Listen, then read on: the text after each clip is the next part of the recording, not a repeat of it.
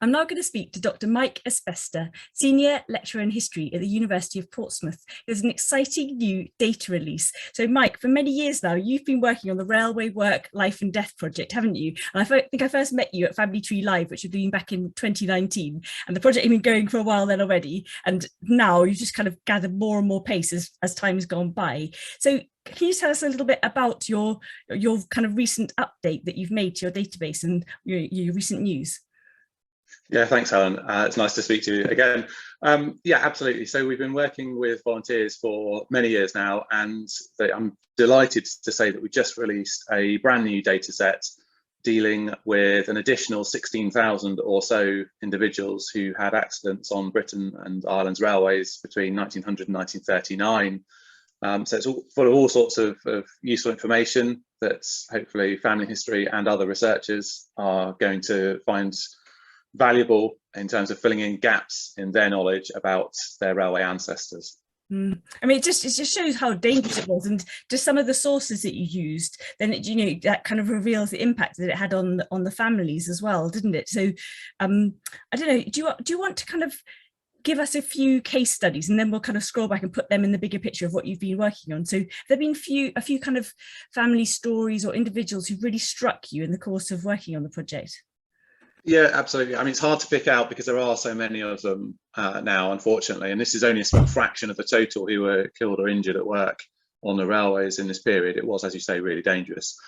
One of the brilliant things I think about the project and the database, and particularly this new database extension, is that it gives us a part of the picture, but when we put it with other sources, then we start to get that much bigger picture, and that's where it gets really interesting.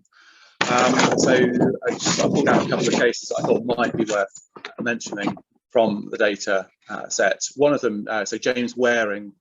Now I know, again, from looking into his case, so using the civil registration documents, census and so on, that he was born in 1862. We've got 2 accidents for him in the database. Unfortunately, in 1925, he lost an arm in an accident at Croesnewth in North Wales. He was caught his foot in a rail as he was trying to get across, and unfortunately his arm, when he fell, his arm was run over. Obviously life-changing. At the same time, he went back to work in the same role, albeit only now with one arm. So it says really interesting things about life after an accident, that the railways would try and find work for employees who've been disabled, injured in some way at work. Unfortunately, the second accident he has, about 3 years after that, in 1928, again, he was run over. This time, unfortunately, he was killed. The report's quite interesting in that it tells us a bit about what was happening in the workplace at the time, but also it says he felt compelled to take risks because he was under pressure to get the work done. He's having to hurry. So it says an awful lot about the conditions of people's work. And again, we know from the census information that from 1921 that he left a wife and 3 grown-up children behind. And those stories, unfortunately, are quite common. Not only the accident leaving the family, but the single individuals having more than one accident. You see a number of those in the database. There's all sorts of other things that crop up. It depends what you really want to look for. We've got age range from, unfortunately, age 7 through to, I think it's 82 covered. So there's people, not all of those, obviously, the younger end were not working, but had reason or were trespassing to be around the lines. Typically, it's to do with family members that they're going to see who are working, so taking lunch to them, for example. We got information about the hours of work that people were having to put up with. So in one example from 1906, I think it was, James Hammond was working in Brixton in London, and he put in a 40-hour shift before the accident that he had, which unfortunately again was fatal. So that is atypical. More commonly, the hours were in the kind of anywhere between 8 and 12 hours work line of network, but there's all sorts going on in there. And again, there's relatively few women that appear. reflecting the nature of the work at the time. Although plenty of women did work on the railways, just it tended to be in roles that were seen as appropriate for women. So there's a brilliant case from the early 1920s of Elsie Bentley, who was working in Manchester, one of the major stations there. She went up on top of a carriage to clean one of the roof lights that passengers would have used, and she slipped and fell, and she injured herself. She bruised herself. And so it wasn't, it wasn't serious, as it could have been. Fall from height could have been really nasty. One of the interesting things we get in the accident report is the comments from the accident investigator, who's saying, "Oh, I don't think women should be doing this kind of work," which ties in very much with the kind of post-war return of men, women going out of roles that they'd occupied in a temporary role, a temporary capacity. So there's all sorts of kind of really interesting social comments in there that we see. There's so many different stories that, whatever your interest is, there are those themes there to be picked out, aren't there? So you mentioned that you've got kind of 16,000 or so new cases being added to your database, and that's covering the early 20th century, I think, isn't it, 1900, 1939. So I mean, that's a vast number of people, but this is only part of the story. You've been working on it for a long time. So can you tell us a bit about the entire database, like the date range, the number of cases so far, and the geographical area is all Britain and Ireland, isn't it?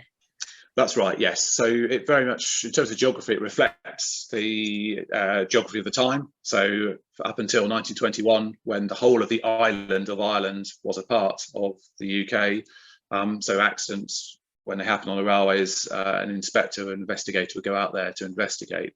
Relatively few, it has to be said, compared to the cases are focused on England. But yeah, England, Wales, Scotland, Ireland, Northern Ireland, as it would become, and there's even one case in the Channel Islands, which is a new one. So we've got this 16,000 cases from that same type of data. Now we're using official accident reports that the state accident investigators produced. So that run of data, there'll be around around 19,000 cases in total in there, again all within that date range, 1900 to 1939. At the moment we've got a few other smaller sources of data that bring in another around 2,500 cases. So all told, we're probably looking at somewhere in the region of 21,000 cases in the database. We are still at work on this, so we're bringing in accident reports data from the trade unions and from the railway companies themselves. So watch this space, because there's probably another 50,000 or so cases to come. Even with all of that, when that eventually happens, we'll still only have a tiny fraction of the number of cases of accidents, unfortunately. Only for the state accident reports, which this new data release is part of, we'll have covered everything that exists that we can cover. They only investigated around 3% of all cases. So we're looking at every year tens of thousands of cases of accidents, very few of which were investigated. So as always with research, we have to do the best with the sources that we've got left. So just to clarify, your main sources are the Railway Inspectorate's accident reports, aren't they? And you mentioned trade unions and then railway companies. So there's a whole mixture of kind of more regional records or specialist company records, plus those national collections as well. And are the national collections held, where are they? Are they held at the University of Portsmouth or at the National Archives? National Archives, so everything's split and there's shared around a bit. So National Archives have the company records for England and Wales, and then National Records Scotland for the Scottish companies.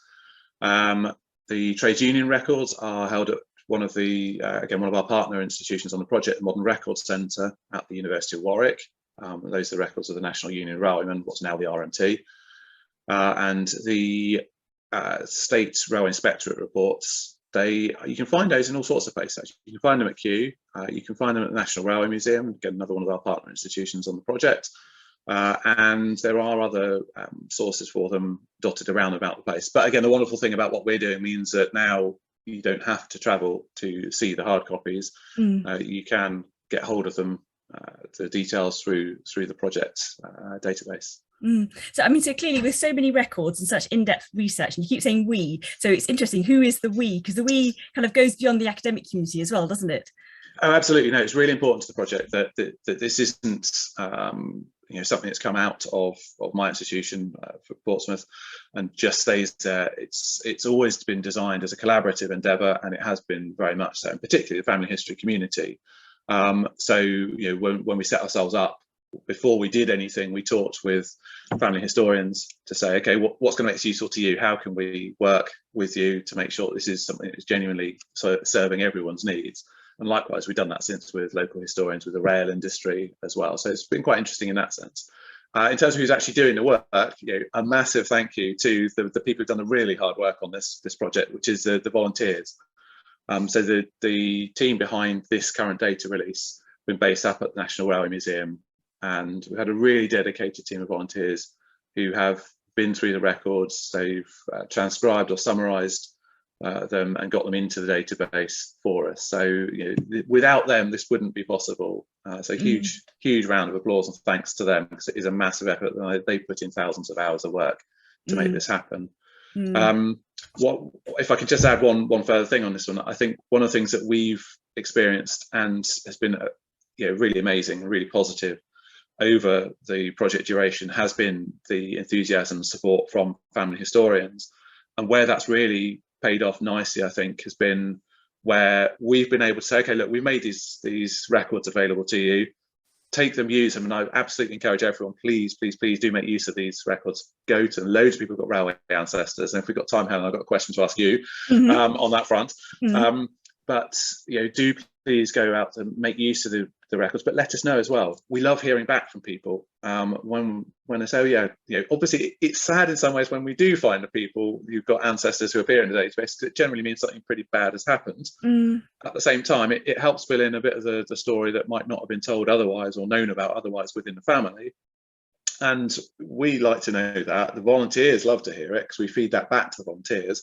But what's also brilliant is for us, we then see a bit more about the person and the family impact, which we can get some of that from the official records, but actually when we hear it from, say, well, that was my grandfather. We've done some work recently with the descendants of a group of 4 men who were killed in an accident in March 1922. So we marked centenary with them, including some of their grandchildren, and they were really touched that someone had done this and that the project was able to do this, and they could find out a bit more and that we could get people together in that way.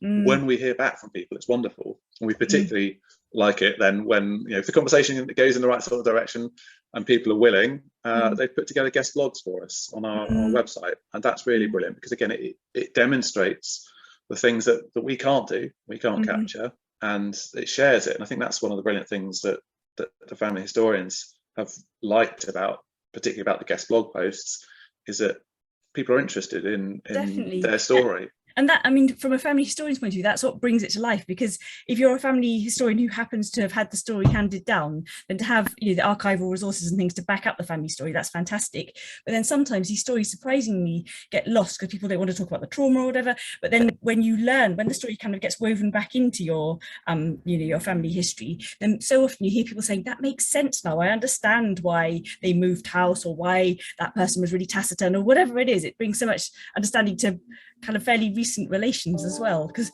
early 20th century isn't so far away, is it? No, exactly that. We had one case up at the Railway Museum. A gentleman walked in and had a chat with one of the volunteers on the desk there, who happened to be working on the project as well in one of his other roles. And he said, my grandfather had a limp, but we didn't know why. He worked on the railways, and Craig, the volunteer, was able to go away, look it up there and then, and said, "Oh yes, it's this person. He had an accident. This is why." And the gentleman was really happy because he'd found out something that he didn't know, and it explained that missing bit of the family story. But exactly for all those reasons you mentioned about these are traumatic events. Understandably, people might not wanted to talk about them, but then now. The descendant, the grandson, was able to find out a bit more that kind of it clicked into place. So if anybody wants to go and search the database, where do they go then, Mike? Absolutely, that's a key question.